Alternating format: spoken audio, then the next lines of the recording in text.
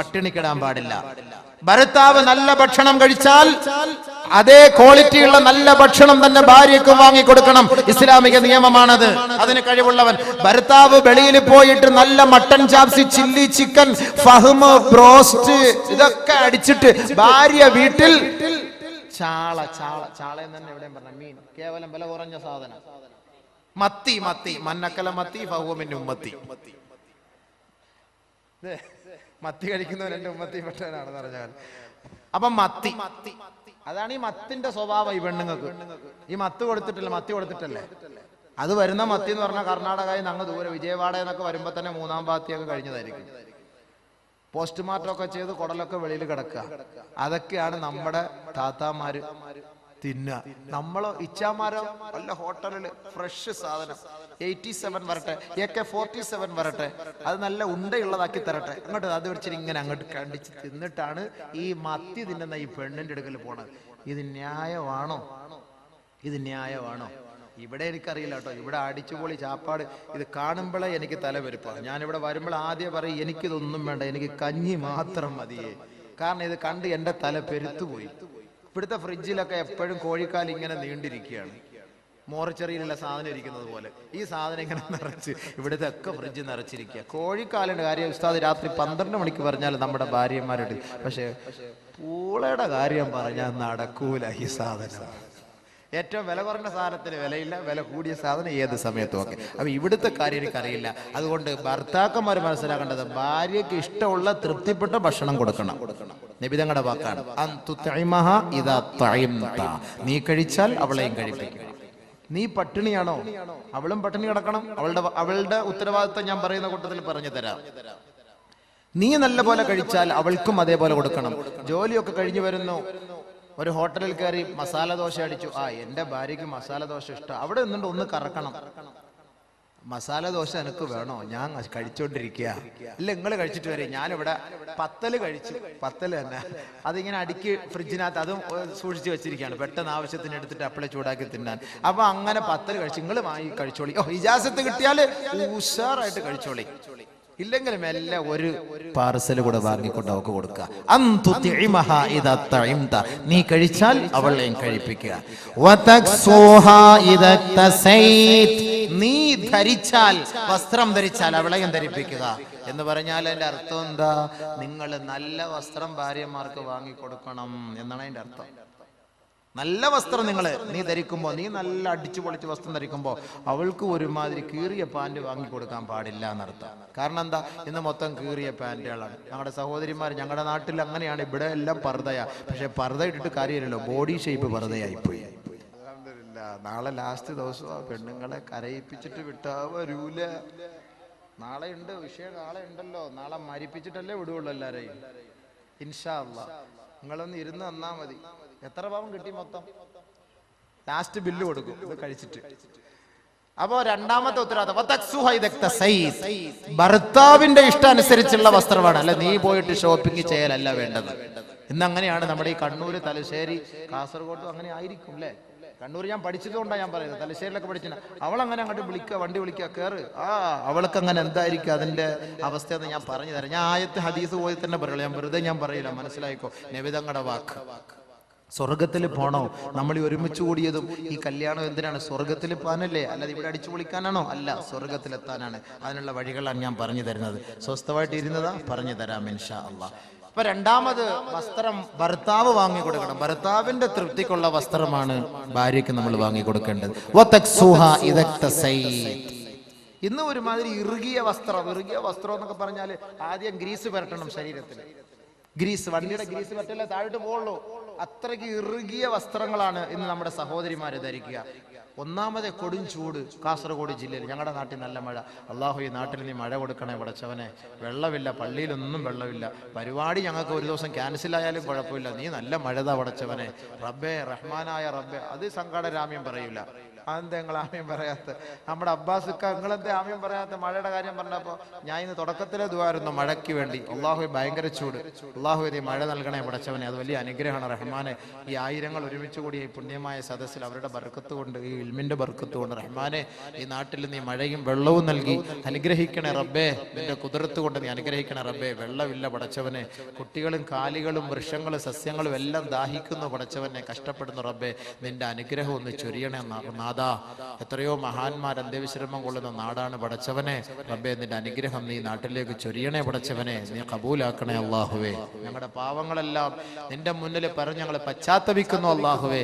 നീ ഞങ്ങളോട് കരുണ കാണിക്കണേ പടച്ചവനെ. ഞങ്ങളുടെ കുട്ടികളോട്, ഞങ്ങളുടെ മൃഗങ്ങളോട്, ഞങ്ങളുടെ സസ്യങ്ങളോട്, ഞങ്ങളുടെ വൃക്ഷങ്ങളോട് നീ കരുണ കാണിക്കണേ അല്ലാഹുവേ. ഞങ്ങൾക്ക് ആവശ്യമായ അനുകൂലമായ നിലയുള്ള മഴയും വെള്ളവും നൽകി ഞങ്ങളെ നീ സമാശ്വസിപ്പിക്കുകയും സന്തോഷിപ്പിക്കുകയും ചെയ്യണമേ തമ്പുരാനെ. ഇടയ്ക്ക് ഇങ്ങടെ ദുആരന്നോളി, അത് കബൂലാവും ഇൻഷാ അല്ലാഹ്. നമുക്ക് മഴ കിട്ടിയ വലിയ സന്തോഷമല്ലേ, അള്ളാഹു അത് കബൂലാക്കി തരുമാറാകട്ടെ. കാരണം നമ്മൾ ഒരുപാട് പെൺകുട്ടികളുടെ കണ്ണുനീരൊപ്പുന്നതിന് വേണ്ടിയുള്ള പരിശ്രമമാണ് നമ്മൾ ഇവിടെ നടത്തുന്നത്.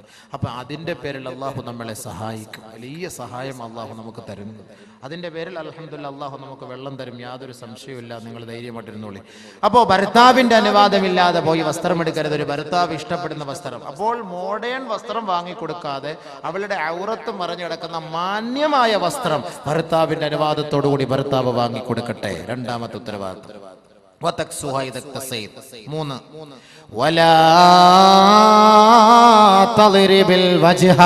അവളുടെ മുഖത്ത് നീ അടിക്കരുതേ, അവളെ വേദനിപ്പിക്കരുതേ. അടി ഇവിടെ ഉണ്ടോന്ന് അറിയില്ല. അടി ഞങ്ങളുടെ നാട്ടിലൊക്കെ അടിയുണ്ട് ഭാര്യയ്ക്ക്. കാരണം എന്ന് പറഞ്ഞാൽ ചില സന്ദർഭങ്ങളിൽ ഓക്ക് രണ്ട് കൊടുത്താലേ പറ്റുള്ളേ, അത്രയ്ക്ക് പ്രശ്നങ്ങളാണ്. ഉമർ റളിയല്ലാഹു തആല അൻഹു വീരനായിരുന്നു, വില്ലനായിരുന്നു. ഉമർ റളിയല്ലാഹു അൻഹുവിന്റെ ഭാര്യ ഉമറിനോട് കയർത്ത് സംസാരിക്കുമായിരുന്നു. മക്കക്കാരികളായ പെൺകുട്ടികൾ ഭർത്താക്കന്മാരോട് കയർത്ത് സംസാരിക്കുമായിരുന്നു. ഒരു ദിവസം മഹാനായ ഉമർ റളിയല്ലാഹു അൻഹു ഹബീബായ റസൂലുള്ളാഹി തങ്ങളുടെ സവിധത്തിൽ കടന്നു വന്നുകൊണ്ട് പറയുകയാണ്, യാ റസൂലല്ലാഹ് ദഇർനൻ നിസാഉ അലാ അസ്വാജിഹിൻ.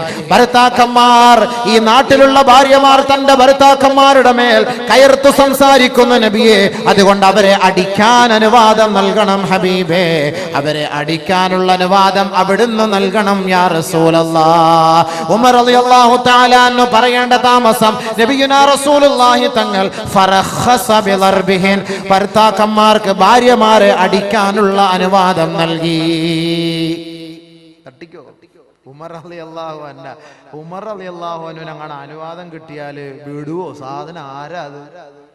കാഞ്ഞങ്ങാട്ട് നിന്ന് കാസർകോട്ടേക്ക് ഉമർ റളിയല്ലാഹു അൻഹു വരുന്നു. കാസർകോട്ടിൽ നിന്ന് കാഞ്ഞങ്ങാട്ടേക്ക് ശൈത്താൻ വരുന്നു പറഞ്ഞാല് ശൈത്താൻ കാസർകോട്ട് നിന്ന് മംഗലാപുരം വഴി നേരെ ബാംഗ്ലൂരോ മൈസൂറോ ചാടിക്കളയും. കാരണം എന്താ? ഉമറിനെ പേര് കേട്ടാ തന്നെ പേടിയാ ശൈത്താൻ. ആ ഉമർ റളിയല്ലാഹു അൻഹുവിന്റെ കൈപ്പത്തിയുമായി വരികയാണ്. എന്തിന്? അടിക്കാൻ. കൊടുത്തില്ല അടി ഭാര്യമാരെ. ആടി മക്കാരായ സഹാബാക്കള് മുഴുവൻ അങ്ങോട്ട് തുടങ്ങി ആടി ഭാര്യമാരെ. എന്ന് പറഞ്ഞാൽ കയർത്തങ്ങോട്ട് സംസാരിക്കണം. ഇന്നും അറബിച്ച് പെണ്ണുങ്ങളുടെ സ്വഭാവം അറിയോ? ഗൾഫിൽ പോകുന്ന പെൺകുട്ടികൾ, ഗൾഫിൽ പോകുന്നവർക്കറിയാം അവിടുത്തെ പെണ്ണുങ്ങളുടെ സ്വഭാവം. അറബികള് പൈസ ആദ്യം വാങ്ങിയിട്ട് പൈസ കൊണ്ടുപോകുന്ന ഉടനെ പോക്കറ്റിൽ നിന്ന് ആദ്യം എന്ന് പറഞ്ഞിങ്ങനെ ഒറ്റ പിടിയാ. അതിനു മുമ്പ് 5000-16 റിയാൽ കിട്ടിയാൽ ഒരു 4000 റിയാൽ വണ്ടിയുടെ സീറ്റിൽ ഒളിപ്പിച്ച് വെക്കും ഭർത്താക്കന്മാര്. 6000 റിയാൽ പോക്കറ്റിൽ വെക്കും. കാരണം എന്താ? പോയ ഉടനെ കയറിഞ്ഞ് പിടിക്കും. അത് അങ്ങനെയാണ് അവിടെ. അപ്പൊ അത്രയ്ക്കും കയർത്ത് അറബികളുടെ ഒരു സംസ്കാരമായിരുന്നു. അങ്ങനെ കയർത്ത് സംസാരിക്കുമായിരുന്നു. ഭാര്യമാരങ്ങനെ കയർത്ത് സംസാരിച്ചു. ഭർത്താക്കന്മാർ അടിയും തുടങ്ങി. രക്ഷയില്ല. ഒരു ദിവസം അതാ പാതിരാത്രി അള്ളാഹുവിന്റെ റസൂലിന്റെ വീട്ടിലേക്ക് സ്ത്രീകളുടെ മാർച്ച്. ജാനു അല്ല ആദ്യം മാർച്ച് ചെയ്തത്. ജാനു ഒന്നും അല്ല ആദ്യം മാർച്ച് ചെയ്തത്. അട്ടപ്പാടിയിലെ ജാനുവാണോ മാർച്ച് ചെയ്തത്? നിങ്ങൾ അറിഞ്ഞോ? അല്ലല്ലല്ല. ലഖദ് താഫ ബിആലി ബൈതി മുഹമ്മദിൻ സല്ലല്ലാഹു അലൈഹി വസല്ലം യഷ്കൂന അസ്വാജഹുൻ. ഒരു ദിവസം പാതിരാ സമയമെത്തിയപ്പോൾ ആയിഷ ബീവിയുടെ വീടിന്റെ ജുമ്മറപ്പടി നിറയെ സ്ത്രീകൾ ബഹുമാനപ്പെട്ട നബിയുനാ റസൂലുള്ളാഹി തങ്ങളുടെ മുബാറക്കായ വീടുകൾ വലയം ചെയ്തുകൊണ്ട് സ്ത്രീരത്നങ്ങൾ അതാ സിന്ദാബാദ് വിളിക്കുകയാ. ആരെക്കുറിച്ച്? വീടില്ല, വസ്തുവില്ല, ഭൂമിയില്ല, ഞങ്ങൾക്ക് പട്ടയമില്ല, വെള്ളമില്ല, മണ്ണെണ്ണയില്ല, റേഷനറി ഇല്ല, അതൊക്കെ ഞങ്ങൾക്കുണ്ട്. യഷ്കൂന അസ്വാജഹുൻ, തന്റെ ഭർത്താക്കന്മാരെ കുറിച്ചുള്ള പരാതിയാണ്. നബിയേ, മഹദിയേ, ഞങ്ങളുടെ ഭർത്താക്കന്മാർ ഞങ്ങളെ വല്ലാണ്ട് തല്ലുന്നു, അതിനുള്ള പരിഹാര മാർഗം കാണണം. അള്ളാന്റെ റസൂലിനോട് ആയിഷ ബീവി പറഞ്ഞു, ഇതാ ഈ സ്ത്രീ സമൂഹം വന്നുകൊണ്ട് അവരുടെ ആവലാദികൾ പറയുന്നു, നബിയെ, അവരുടെ ഭർത്താക്കന്മാർ അവരെ വേദനിപ്പിക്കുന്നു, അടിക്കുന്നു എന്ന പരാതിയുമായി വന്നിരിക്കുകയാ. അള്ളാന്റെ റസൂല് പരസ്യ പ്രഖ്യാപനം നടത്തുകയാ, ലൈസ ഉലൈക ബിഖിയാരിഹിം, ഭർത്താക്കന്മാരെ, ഭർത്താക്കന്മാരെ, നിങ്ങൾ ആരെങ്കിലും തങ്ങളുടെ ഭാര്യമാരെ അടിക്കുന്നുവെങ്കിൽ അവർ നല്ല സംസ്കാരമുള്ളവരല്ല, അവർ നല്ലവരെ അല്ല, അവർ നല്ലവരെ അല്ല. അടിക്ക് പരിസമാപ്തി കുറിച്ചുകൊണ്ട് നബിയുനാ റസൂലുള്ളാഹി തങ്ങൾ ഓർഡിനൻസ് പുറപ്പെടുവിച്ചു. മാത്രമല്ല ഹബീബായ റസൂലുള്ളാഹി തങ്ങൾ വീട്ടിൽ നിന്ന് ഇറങ്ങി വന്ന് എണ്ണി നോക്കിയപ്പോൾ 70ഓളം പെൺകുട്ടികളാണ് പാതിരാ സമയത്ത് ഭർത്താക്കന്മാരുടെ പീഡനത്തിന് ഇരയായി നബി തങ്ങളുടെ സെക്രട്ടേറിയറ്റിന് മുന്നിൽ മാർച്ചുമായി വന്നത്. പാതിരാ സമയത്ത് 70ഓളം പെണ്ണുങ്ങൾ. നബി തങ്ങൾ സല്ലല്ലാഹു അലൈഹി വസല്ലമ തങ്ങൾ പറഞ്ഞു, വലാ തളിരിബിൽ വജ്ഹ, പെണ്ണിന്റെ മുഖത്ത് നിങ്ങൾ അടിക്കരുത്, വലാ തുഖബ്ബിഹ്, അവളെ മോശമായി പറയരുത്. ഭർത്താക്കന്മാരെ മനസ്സിലാക്കി നബി തങ്ങളുടെ കുടുംബ ജീവിതത്തിലേക്ക് അല്പം ഒന്ന് ശ്രദ്ധിക്കുക. ഭർത്താവിന്റെ കടമ. ഒരു ദിവസം ഉമറിന്റെ ഭാര്യ ഉമറിനോട് കയർത്ത് സംസാരിച്ചു. ഉടനെ ഉമർ റളിയല്ലാഹു തആല അൻഹു ചോദിച്ചു, എടി മണ്ടി പെണ്ണെ, നീ എന്നോട് നീ കയർത്ത് സംസാരിക്കുക, അത്രയ്ക്കും നീ അങ്ങോട്ട് വലിയ ആളായ, എന്നോട് കയർത്ത്? ഞാൻ ആര്? ഉമർ. എന്നോട് നീ കയർത്ത് സംസാരിക്കുകയോ? ഉടനെ ഉമർ റളിയല്ലാഹു അൻഹുവിന്റെ ഭാര്യ പറയുകയാ, ഇന്ന അസ്വാജ റസൂലില്ലാഹി സ്വല്ലല്ലാഹു അലൈഹി വസല്ലമ യുറാജിഉനഹു വയഹ്ജുറുനഹു യൗമൻ ഇലൽ ലൈൽ വഹുവ ഖൈറും മിൻക. നിങ്ങൾ പോ മനുഷ്യ. നബി തങ്ങളുടെ ഭാര്യമാർ അവര് അള്ളാന്റെ റസൂലിന്റെ മുന്നിൽ കയർത്ത് സംസാരിക്കുന്നു, അവരോട് ഒരു ദിവസം വരെ മിണ്ടാതെ ഇരിക്കുന്നു. നിങ്ങളെക്കാൾ എത്രയോ പോരിശമുള്ള മനുഷ്യനാ ആ മനുഷ്യന്റെ ഭാര്യമാര്, അവരോട് കയർത്ത് സംസാരിക്കുന്നത്. പിന്നെ നിങ്ങൾ പോയി മനുഷ്യ. എന്റെ മകളെയാണ് നബിതങ്ങൾ വിവാഹം കഴിച്ചത്, ഹഫ്സ. എന്റെ മകൾ നബിതങ്ങളോട് കയർത്ത് സംസാരിക്കുകയോ? പെട്ടെന്ന് ചിന്ത വന്നതാണ്, അല്ല ഭാര്യയെ താക്കീത് ചെയ്യാൻ നിന്നില്ല. നബിതങ്ങളുടെ ഭാര്യയായ ഹഫ്സ ബീവി നബിതങ്ങളോട് കയർത്ത് സംസാരിക്കുകയോ? അള്ളാഹുവിന്റെ റസൂലിന്റെ പ്രിയപ്പെട്ട തോഴനായ ഉമർ റളിയല്ലാഹു അൻഹു പരസ്യമായി വിളിച്ചു പറഞ്ഞു, ഖാബത്ത് ഹഫ്സതു വഖാബത്ത് ഹഫ്സതു വഖസിറത് ഇൻ തുറാജഅതുഹു. നബീന റസൂലുള്ളാഹി തങ്ങളുടെ പ്രിയപ്പെട്ട ഭാര്യ ഹഫ്സ, എന്റെ മകൾ, അവള് തൊലഞ്ഞത് തന്നെ, അവള് നശിച്ചത് തന്നെ. അവൾ നബി തങ്ങളോട് കയർത്ത് സംസാരിച്ചിട്ടുണ്ടെങ്കിൽ തൊലഞ്ഞത് തന്നെ. നേരെ ഉമർ റളിയല്ലാഹു തആല അൻഹു ബഹുമാനപ്പെട്ട പ്രവാചകന്റെ സവിധത്തിലേക്ക്, ഹഫ്സ ബീവിയുടെ വീട്ടിലേക്ക് ഉമർ റളിയല്ലാഹു അൻഹു കടന്നു വരികയാണ്. ഉമർ റളിയല്ലാഹു അൻഹു ഇവിടെ ശ്രദ്ധിക്കേണ്ടത് ഒരു കാര്യം, ഭാര്യമാർ, നമ്മുടെ പെൺകുട്ടികളെ ഉമ്മമാർ വിവാഹം കഴിപ്പിച്ച് അയക്കുമ്പോ പെൺകുട്ടിയുടെ ഭാഗത്തു നിന്ന് വല്ല അപാകതകൾ വന്നാൽ ഉപ്പമാർ പരിഹരിക്കണം എന്നതിന്റെ തെളിവാണ് ഉമർ റളിയല്ലാഹു അൻഹു ഇവിടെ നമുക്ക് ചർച്ച ചെയ്ത് പഠിപ്പിച്ചിരുന്നത്. ഉമർ റളിയല്ലാഹു തആല അൻഹു നേരെ വന്നു, ഹഫ്സ ബിയുടെ അരികിലേക്ക് വന്നു. ഹഫ്സയെ വിളിച്ചിട്ട് പറഞ്ഞു, യാ ഹഫ്സ, എടി പെണ്ണെ ഹഫ്സ, ലാ തഗ്തറി ബിബ്നതി ഇബ്നി അബി ഖുഹാഫ. ആയിഷ എന്ന് പറയുന്ന അബൂ ഖുഹാഫയുടെ മകൻ അബൂബക്കറിന്റെ മകൾ ആയിഷ നിന്നെ വഞ്ചിതയാക്കാതിരിക്കട്ടെ. ഫഇന്നഹാ ഹിബ്ബു റസൂലില്ലാഹി സ്വല്ലല്ലാഹു അലൈഹി വസല്ലം. അവൾ നബിതങ്ങളുടെ പ്രിയങ്കരിയാണ്. ഒരുപക്ഷെ ആയിഷ ബീവി നബിതങ്ങളോട് കയർത്ത് സംസാരിച്ചിരിക്കാം. അത് കണ്ടിട്ട് ഉമറിന്റെ മകൾ ഹഫ്സ, നീ നബിതങ്ങളോട് കയർത്ത് സംസാരിച്ചു പോകരുത്. വഖവഫഹ അനിൽ മുറാജഅ. ഉമർ റളിയല്ലാഹു തആല അൻഹു ഹഫ്സ ബീവിയെ താക്കീത് ചെയ്തു, ഭയപ്പെടുത്തി. ഇനി മേലിൽ നബി തങ്ങളോട് കയർത്ത് സംസാരിക്കുകയോ നബി തങ്ങളോട് ഒരാവശ്യം ഉന്നയിക്കുകയോ ചെയ്യരുത്. നിനക്ക് ആവശ്യമുള്ളത് എന്താണോ അത് നീ എന്നോട് ചോദിക്കുക, ഞാൻ നിനക്ക് വാങ്ങിത്തരാം. നബി തങ്ങളോട് നീ ചോദിക്കാൻ പാടില്ല. ഉമർ റളിയല്ലാഹു തആല താക്കീത് ചെയ്തു. ആയിഷ ബീവി നബി തങ്ങൾ ഭയങ്കര ഗുലാനത്വ, ഭയങ്കര മഹബത്ത, ഭയങ്കര സ്നേഹം, ലവ് ബേർഡ്സ് പോലെ ഭയങ്കര മഹബത്ത. ബാക്കിയുള്ളവരുടെ മഹബത്ത് ഇല്ല എന്നല്ല അതിന്റെ അർത്ഥം, അത് മനസ്സിലാക്കണം. ചില ആളുകൾക്ക് ചിലരോട് ഇത്തിരി മഹബത്ത് ഉണ്ടല്ലോ, അത് എത്രത്തോളം ഒക്കെ ആണെങ്കിലും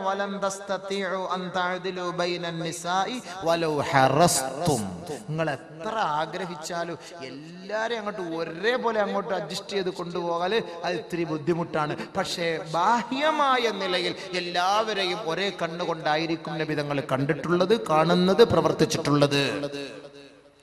സ്നേഹം അത് ചിലരോട് ഒരു ഇത്തിരി അല്പസ്നേഹം കൂടും, അതുകൊണ്ട് ബാക്കിയുള്ളവരോട് സ്നേഹം ഇല്ല എന്നല്ല അതിന്റെ അർത്ഥം. ഭർത്താക്കന്മാരുടെ ഉത്തരവാദിത്വം, ഭാര്യമാരുടെ കടമ നാളെ പറഞ്ഞാൽ മതിയല്ലോ. ഭർത്താക്കന്മാരുടെ പറഞ്ഞ് തീരുമ്പോഴത്തേക്ക് ഏകദേശം സമയമാകും.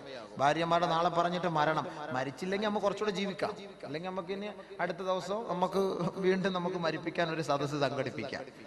ഇത് ആദ്യം പറയട്ടെ, സ്വസ്ഥമായിട്ട് പറയാം. കുറച്ച് പറയാമല്ലോ, ഒരു 10, 10:30, 10:45 വരെ നമുക്ക് ആണുങ്ങളുടെ കുറച്ച് കല്യാണം നടക്കാൻ പോകും. മഹറിന് വന്നിട്ട് നെയ്ച്ചോറും കോഴി ബിരിയാണി അടിച്ചിട്ട് പോയിട്ട് കാര്യമില്ല. എന്താണ് കല്യാണം എന്ന് പറയണമല്ലോ. ഇവർ ഈ തന്ന ഫുലൂസിനൊക്കെ കാരണം ഉണ്ടാവണമല്ലോ. അതുകൊണ്ട് നല്ലപോലെ ശ്രദ്ധിച്ചോളി. എങ്ങനെയായിരിക്കണം ഒരു കുടുംബ ജീവിതം, ഭാര്യ ഭർത്തൃ ബന്ധം എങ്ങനെയായിരിക്കണം? ഒരു ഉപ്പ ഒരു ഉമ്മ മകളെ വിവാഹം കഴിപ്പിച്ച് അയച്ചാൽ എങ്ങനെയായിരിക്കണം അവളോടുള്ള സമീപനം? ഒന്ന് ശ്രദ്ധിച്ച് മനസ്സിലാക്കുക. പഠിക്കാനുള്ള ഉപദേശ നസീഹത്താണ് ദീനിന്റെ വാഴ് നസീഹത്ത് എന്നൊക്കെ പറഞ്ഞാൽ ഇതൊക്കെയാണല്ലോ ബയാൻ എന്ന് പറയുന്നത്. അതുകൊണ്ട് ഇൻഷാ അള്ളാഹ് മതവിജ്ഞാന സദസ്സ് എന്ന് പറയുമ്പോൾ വിജ്ഞാനമാണ് നമ്മൾ ഇവിടെ നിന്ന് കേൾക്കേണ്ടതും പഠിക്കേണ്ടതും നുകരേണ്ടതും, അത് മനസ്സിലാക്കി നമ്മൾ പോകേണ്ടതും ഇൻഷാ അള്ളാഹ്. ബഹുമാനമുള്ള സഹോദരങ്ങളെ, ബഹുമാനപ്പെട്ട നബിയുനാ റസൂലുള്ളാഹി സ്വല്ലല്ലാഹു അലൈഹി വസല്ലമ തങ്ങളും അവിടുത്തെ മഹദിയായ ആയിഷ ബീവിയും തമ്മിലുള്ള കുടുംബ ജീവിതത്തിന്റെ ചില സംഭവങ്ങൾ നിങ്ങളുടെ മുന്നിൽ ഞാൻ അവതരിപ്പിക്കാം. ഒരു ദിവസം وجرى بينها وبينه كلام. ആയിഷ ബീവിക്കും നബി തങ്ങളുടെയും ഇടയിൽ ഒരു ദിവസം ചർച്ചയുണ്ടായി. ഭാര്യയും ഭർത്താവും തമ്മിൽ വഴക്കുണ്ടാകും, അതിന്റെ തെളിവാണ് ഞാനിപ്പോ ഈ പറഞ്ഞത്. ഭാര്യയും ഭർത്താവും തമ്മിൽ വഴക്കുണ്ടാകും, സംസാരമുണ്ടാകും. പക്ഷെ എങ്ങനെയായിരിക്കണം ആ സംസാരത്തെ നാം അതിജയിക്കേണ്ടത്? ഒരു ദിവസം ആയിഷ ബീവിയും ഹബീബായ റസൂലുള്ളാഹി തങ്ങളും ചർച്ചയിലാണ്. ശബ്ദകോലാഹലം, വഴക്കുണ്ടായി. വജറാ ബൈനഹാ വബൈനഹു കലാം. രണ്ടുപേര് സംസാരം മൂർധന്യാവസ്ഥയിലെത്തിയപ്പോ നബി തങ്ങൾ തീരുമാനിച്ചു, നിന്റെ ഉപ്പയെ ഇപ്പൊ ഞാൻ വിളിപ്പിക്കും, നിന്റെ ഉപ്പയെ ഇപ്പൊ വിളിപ്പിക്കും. ആരാ ഉപ്പ? അബൂബക്കർ സിദ്ദീഖ്. ഹത്താ അദ്ഖലാ ബൈനഹുമാ. നബിയുനാ റസൂലുള്ളാഹി തങ്ങൾ ആളിനെ വിട്ടുകൊണ്ട് ആയിഷ റളിയല്ലാഹു തആല അൻഹയുടെ പിതാവായ അബൂബക്കർ സിദ്ദീഖ് റളിയല്ലാഹു അൻഹുവിനെ വിളിച്ചു വരുത്തുകയാ. ഹകമൻ, വിധി നിർണയം നടത്താൻ. ഇവിടെ ഭാര്യയും ഭർത്താവും തമ്മിൽ വഴക്ക്, ഇവർക്ക് രണ്ടുപേർക്കും കോംപ്രമൈസ് ചെയ്യിപ്പിക്കാൻ ആരാ വരുന്നത്? ആയിഷ ബീവിയുടെ ഉപ്പ വരികയാണ്. അവർക്കിടയിൽ അബൂബക്കർ കടന്നു വരികയാണ്. ഹകമൻ, ജഡ്ജിയായി അബൂബക്കർ സിദ്ദീഖ് റളിയല്ലാഹു അൻഹു വന്നു. നബി തങ്ങൾ ആയിഷ ബീവിയോട് പറഞ്ഞു, തുകല്ലിമീന ഔ അതകല്ലമു. ബഹുമാനപ്പെട്ട പ്രവാചകൻ സല്ലല്ലാഹു അലൈഹി വസല്ലമ തങ്ങൾ തന്റെ പ്രിയപ്പെട്ട പത്നിയുമായുള്ള വഴക്കൽ, ശണ്ടകൂടലിൽ ആയിഷ ബീവിയോട് അല്ലാഹുവിന്റെ റസൂൽ പറഞ്ഞു, നിന്റെ ഉപ്പ വന്നിട്ടുണ്ട്, നീ സംസാരിക്കണോ അതോ ഞാൻ സംസാരിക്കണോ? ചോദ്യം നോക്കണേ, എത്ര മാന്യമായ രീതിയിലാണ്. പെണ്ണെ, നിന്റെ ഉപ്പ വന്നിട്ടുണ്ട്, തുകല്ലിമീന ഔ അതകല്ലമു, നീ സംസാരിക്കണോ അതോ ഞാൻ സംസാരിക്കട്ടെയോ? ആയിഷ ബീവി പറഞ്ഞ വാക്ക് കേട്ടോ, നല്ലപോലെ ശ്രദ്ധിച്ചോണം. തകല്ലം ബൽ തകല്ലം അൻത. അല്ല, നിങ്ങൾ സംസാരിച്ചോളി, നിങ്ങൾ പറഞ്ഞോളി. എന്നിട്ട് ശേഷം ആയിഷ ബീവി ഒരു വാക്കൂടെ കൂട്ടിച്ചേർത്തു, വലാ തഖുൽ ഇല്ലാ ഹഖ്ഖാ. നമുക്കിടയിൽ നടന്ന സത്യം മാത്രമേ പറയാവൂ, ഇല്ലാത്തതൊന്നും കൂട്ടി പറയരുതേ. ആരുടെ മുഖത്ത് നോക്കിയിട്ടായി പറയണത്? നമ്മളെ പോലുള്ള സാദാ സീത ഒരു ഭർത്താവിന്റെ മുഖത്ത് നോക്കിയിട്ടാണോ ഈ പറയുന്നത്? നബിയുനാ റസൂലുള്ളാഹി തങ്ങളുടെ മുഖത്ത് നോക്കിക്കൊണ്ട് ആയിഷ ബീവി റളിയല്ലാഹു അൻഹ പറയുകയാണ്, നിങ്ങൾ സംസാരിച്ചു കൊള്ളുക, പക്ഷേ വലാ തഖുൽ ഇല്ലാ ഹഖ, സത്യം മാത്രമേ പറയാവൂ. അബൂബക്കർ സിദ്ദീഖിന് ഉച്ചി മുതൽ ഉള്ളങ്കാല് വരെ പെരുത്തു വരികയും അബൂബക്കർ സിദ്ദീഖ് അടിക്കുകയും ഹത്താ ദുമിയ ഫിഹാ, അവളുടെ മുഖത്ത് നിന്ന് വായിൽ നിന്ന് രക്തമൊലിക്കുകയും സ്വന്തം മകളുടെ കർണപുടത്തിന് ഒരൊറ്റ അടി അബൂബക്കർ സിദ്ദീഖ് റളിയല്ലാഹു തആല പിതാവ്. കാരണം എന്താ? അബൂബക്കർ സിദ്ദീഖ് ഫഖാല പറഞ്ഞു, യാ ഉദയ്യതു നഫ്സഹ, തന്റെ ശരീരത്തെ നശിപ്പിച്ച പെണ്ണെ, അവ യഖൂലു ഗൈറൽ ഹഖ്, ഈ ഇരിക്കുന്നത് ആരെന്ന് നീ അറിഞ്ഞോ? ലോകത്തിന്റെ നായകൻ, സത്യം ലോകത്ത് വിളിച്ചോതാൻ വന്ന ഹബീബായ റസൂലുള്ളാഹി തങ്ങൾ, ഈ ഹബീബായ തങ്ങൾ കള്ളം പറയുമെന്നോ? എന്ത് വിഡ്ഢിത്തമാണ് നീ വിളിച്ചു പറയുന്നത്? ബഹുമാനപ്പെട്ട അബൂബക്കർ സിദ്ദീഖ് റളിയല്ലാഹു തആല അൻഹു ആയിഷ ബീവി അടിച്ച അടിയിൽ വായിൽ നിന്ന് രക്തമൊലിച്ചു. അബൂബക്കർ സിദ്ദീഖ് റളിയല്ലാഹു അൻഹു പിതാവാണ്. ബഹുമാനപ്പെട്ട നബിയും തന്റെ ഭാര്യയുമായ ആയിഷയുമായിട്ട് ശണ്ടേല വഴക്കിലാണ്. അബൂബക്കർ വാപ്പ മകളെ അടിച്ചു. ഫസ്തജാറതു ബിറസൂലില്ലാഹി സ്വല്ലല്ലാഹു അലൈഹി വസല്ലം, നബിയുനാ റസൂലുള്ളാഹി തങ്ങളെ വന്ന് ആയിഷ ബീവി സഹായത്തിനു വേണ്ടി അഭയം തേടി. ഇവിടെ നമ്മൾ ചിന്തിക്കേണ്ടത് എന്താണ്? നമ്മുടെ ഉപ്പ മകളുടെ സാന്നിധ്യത്തിൽ, മരുമകന്റെ സാന്നിധ്യത്തിൽ മകളെ അടിച്ചാലും ആ മകൾ സഹായത്തിന് പോകുന്നത് ഉപ്പയോടോ ഉമ്മയോടോ ആയിരിക്കും, ഭർത്താവിനോട് പോലെ. കാരണം എന്താ? ഭർത്താവോട് വഴക്കല്ലേ, പിന്നെ അങ്ങനെ പോയി കഴിഞ്ഞാൽ പിന്നെ അവന്റെ ഭാഗത്ത് അടി കിട്ടൂലേ? ഈ ആയിഷ ബീവി നബി തങ്ങളുമായുള്ള ബന്ധം സുദൃഢമാണ് എന്നതിന്റെ തെളിവാണ്. സ്വന്തം പിതാവ് ആയിഷ ബീവി അടിക്കുകയും വായിൽ നിന്ന് രക്തമൊലിക്കുകയും ചെയ്തപ്പോൾ അള്ളാഹുവിന്റെ റസൂലിന്റെ സവിധത്തിൽ വന്ന് കെട്ടിപ്പിടിച്ച് അഭയം തേടി. നബിയുനാ റസൂലുള്ളാഹി തങ്ങളുടെ മുതുകിന് പിറകിൽ വന്ന് ഒളിച്ചിരുന്നു ആയിഷ ബീവി. ശേഷം നബിയുനാ റസൂലുള്ളാഹി തങ്ങൾ അബൂബക്കർ സിദ്ദീഖിനെ നോക്കിയിട്ട് പറഞ്ഞു, യാ അബൂബക്കർ ലം നദ്ഉക ഹാദാ വലം അർദ്നാ മിൻക ഹാദാ, നിങ്ങളിൽ നിന്ന് ഇത് നമ്മൾ പ്രതീക്ഷിച്ചില്ല കേട്ടോ, നിങ്ങളെ ഇതിനു വേണ്ടി വിളിച്ചിട്ടില്ല. വണ്ടി വിട്. നമ്മുടെ നാട്ടിലാണെങ്കിലോ നമ്മുടെ ഭാര്യയെ നമ്മുടെ ഉപ്പ വന്ന് അടിച്ചാൽ കൊടുക്ക് അമ്മോഷൻ തന്നെ വിളിക്കണം. മാമാന്ന് പറയൂല, അമ്മോഷൻ അല്ലെ, കൊടുക്ക് അമ്മോശ, നല്ലപോലെ കൊടു.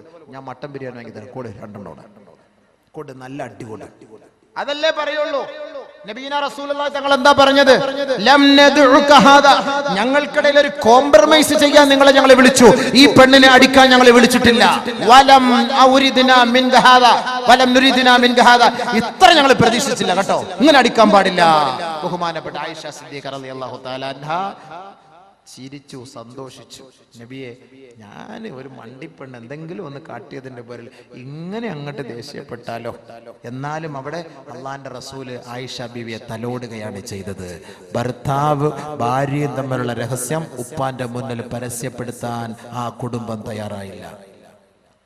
ഇതേപോലെ മറ്റൊരു സന്ദർഭത്തിൽ ആയിഷ റളിയല്ലാഹു തആല അൻഹ പറഞ്ഞു, നബി തങ്ങളെ, വഖാലത് മററതൻ ഉഖ്റ ഫീ കലാമിൻ ഗളബത്, അവൾ ദേഷ്യപ്പെട്ട ഒരു സന്ദർഭത്തിൽ നബിയുനാ റസൂലുള്ളാഹി സ്വല്ലല്ലാഹു അലൈഹി വസല്ലം തങ്ങളെ നോക്കിയിട്ട് പറഞ്ഞു, അൻതല്ലദീ തസ്അമു അന്നക നബിയുല്ലാഹ്, ഓ നിങ്ങളുടെ പത്രാസ് കണ്ടാൽ നിങ്ങൾ അങ്ങ് നബിയാണെന്നുള്ള പത്രാസിൽ നിങ്ങൾ എന്നോട് അങ്ങനെ ദേഷ്യപ്പെടണ്ട. ആയിഷ ബീവി റളിയല്ലാഹു അൻഹ ചൂടാവുകയാണ് നബിയോട്, ഒരു ഭാര്യ ഭർത്താവിനോട്. അപ്പൊ ഭർത്താവ് ഏത് കോലത്തിലായിരുന്നു? ഫതബസ്സമ റസൂലുള്ളാഹി സ്വല്ലല്ലാഹു അലൈഹി വസല്ലം നബി തങ്ങൾ അതൊക്കെ പുഞ്ചിരിച്ചോളൂ. നബിയുടെ മുഖത്ത് നോക്കിട്ട് പറഞ്ഞ, നിങ്ങളുടെ പത്രാസ് കണ്ടങ്ങൾ നബിയാന്നുള്ള പവർ കൊണ്ടിട്ട് നിങ്ങൾ അങ്ങനെയോട് ചൂടാവണേ. നമ്മളടുത്ത് പറയില്ലേ, ഓ നിങ്ങൾ വലിയ എഞ്ചിനീയർ ആയിരിക്കാം, നിങ്ങൾക്ക് വലിയ ഒരു 100 ഏക്കർ വസ്തു കാണും കേട്ടോ, നിങ്ങൾക്ക് ഇപ്പൊ കാഞ്ഞങ്ങാട് ബസ് സ്റ്റാൻഡൊക്കെ നിങ്ങളുടെ സ്വന്തം പേർക്കുള്ളതായിരിക്കും, എന്നോട് നിങ്ങൾ ഇങ്ങനെ ചൂടാവേണ്ട കാര്യമില്ല എന്ന് ഒരു ഭാര്യ നമ്മുടെ മുഖത്ത് നോക്കി പറഞ്ഞാല് പല്ല് കാണുവോ വായില്? നമ്മുടെ മുഖത്ത് നോക്കി സംസാരിച്ചാൽ നബി തങ്ങളുടെ മുഖത്ത് നോക്കിയിട്ട് പറയുക, ആയിഷ ബീവി അൻതല്ലദീ തസ്അമു അന്നക നബിയുല്ലാഹ്, നിങ്ങൾ വലിയ നബിയാണെന്നുള്ള പവറിൽ എന്നോട് ചൂടാവരുത് കേട്ടോ. നബിയുനാ റസൂൽ തങ്ങൾ ഫതബസ്സമ, പുഞ്ചിരിച്ചു. അവിടെ പുഞ്ചിരിക്കാതെ തിരിച്ചടിക്കാൻ നിന്നാൽ ആ കുടുംബ ബന്ധം എന്തായിരിക്കും? ഒരു ഭർത്താവ് ചെയ്യേണ്ട ഉത്തരവാദിത്തമാണ്. ഒരു ഭാര്യ ഇങ്ങനെ അങ്ങോട്ട് ചൂടായെന്നും പറഞ്ഞിട്ട് ഓളെ എടുത്തിട്ട് അങ്ങനെ അടിക്കലല്ല വേണ്ടത്. നമ്മള് കല്ലി വല്ലി ഇത്തിരിയൊക്കെ മണ്ടി പെണ്ണ്. മറ്റൊരു സംഭവം പറയട്ടെ, ബഹുമാനമുള്ള സഹോദരങ്ങളെ, ഒരു ദിവസം ആയിഷ റളിയല്ലാഹു തആല അൻഹ ബഹുമാനപ്പെട്ട അവിടുത്തെ മാതാവിന്റെ സവിധത്തിൽ റസൂലുള്ളാഹി സ്വല്ലല്ലാഹു അലൈഹി വസല്ലമ തങ്ങളുടെ നെഞ്ചിൽ ഒരടി വദഫഅത് ഫീ സദ്രി റസൂലില്ലാഹി സ്വല്ലല്ലാഹു അലൈഹി വസല്ലം അല്ലാഹുവിന്റെ റസൂലിന്റെ നെഞ്ചിൽ ഒരടി അടിച്ച ആയിഷ റളിയല്ലാഹു തആല അൻഹാ ഫസബറത്ഹാ ഉമ്മുഹാ ഉടനെ ആയിഷ റളിയല്ലാഹു തആല അൻഹയുടെ മാതാവ് ആയിഷ ബീവിയെ ശകാരിക്കുകയാണ് ചെയ്തത്. ഫസബറത്ഹാ ഉമ്മുഹാ എടി പെണ്ണെ നീ ആരുടെ നെഞ്ചിൽ അടിച്ചത്? നബിയുനാ റസൂലുള്ളാഹി തങ്ങളുടെ നെഞ്ചിൽ അടി കൊടുത്ത ആയിഷ ബീവി. അടിക്കാന്ന് പറഞ്ഞാൽ അവിടെ വേദനിപ്പിച്ചിട്ടല്ല, ഒരു തള്ള് അല്ലെങ്കിൽ ഒരു അമർത്ത്, ഒരു നെക്ക് അങ്ങനെ കൊടുക്കുക.